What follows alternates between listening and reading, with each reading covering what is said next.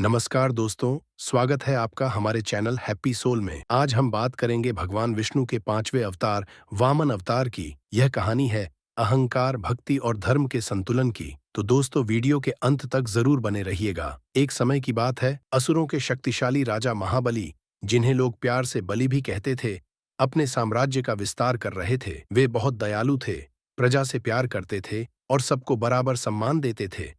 लेकिन धीरे धीरे उनमें अहंकार बढ़ने लगा। देवताओं की चिंता बढ़ी, क्योंकि बलि ने स्वर्ग तक पर कब्जा कर लिया था। देवता भागकर पहुंचे भगवान विष्णु के पास। इंद्र ने कहा, प्रभु, बलि राजा बुरा नहीं है, पर उसका अहंकार बढ़ता जा रहा है। कृपया हमारी सहायता करें। भगवान विष्णु ने मुस्कुराकर कहा, अहंकार को शक्ति से नहीं, नीति से जीतना चाहिए। भगवान विष्णु ने अर्षि, कश्यप और अदिति के घर जन्म लिया। एक नन्हे सुंदर ब्राह्मण बालक के रूप में यही थे वामन।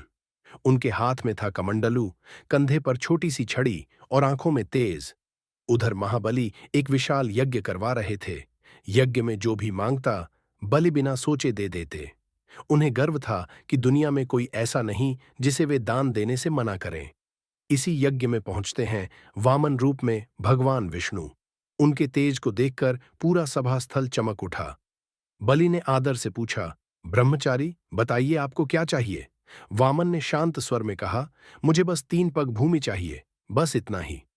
सभी हैरान। राजा बलि हंसते हुए बोले, इतना सा दान? आप जैसा चाहे मांग सकते हैं। धन, भूमि, गाय, सोना, फिर केवल 3 पग भूमि क्यों? वामन मुस्कुराए, जो मांगा है वही पर्याप्त है। बलि ने वचन दे दिया। जैसे ही बलि ने वचन दिया, वामन अचानक बढ़ने लगे। बढ़ते गए और विराट रूप धारण कर लिया।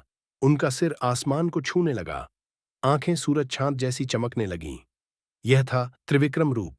पहला कदम, पूरे पृथ्वी लोक को नाप लिया। दूसरा कदम, पूरा स्वर्ग लोक नाप लिया। अब तीसरे कदम के लिए जगह नहीं बची। भगवान त्रिविक्रम ने पूछा, राजन, तीसरा कदम कहाँ रखूं? तुमने वचन दिया था। महाबली समझ गए कि यह कोई साधारण ब्राह्मण नहीं। उन्होंने नम्रता से कहा, प्रभु, तीसरा कदम मेरी सिर पर रख दीजिए। मेरे पास देने के लिए अब यही बचा है। भगवान वामन ने उनका सिर दबाते हुए तीसरा कदम रखा। अहंकार पूरी तरह मिट चुका था।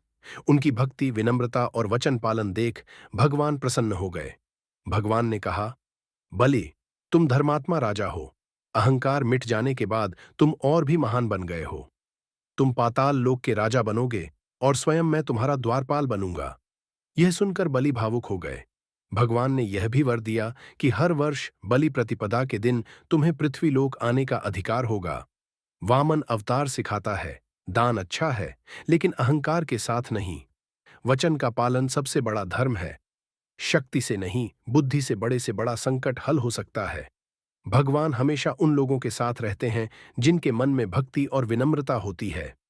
तो दोस्तों, अगर आपको यह कथा पसंद आई हो तो वीडियो को लाइक करें, शेयर करें और हमारे चैनल हैप्पी सोल को सब्सक्राइब करना न भूलें। धन्यवाद। जय श्री नारायण।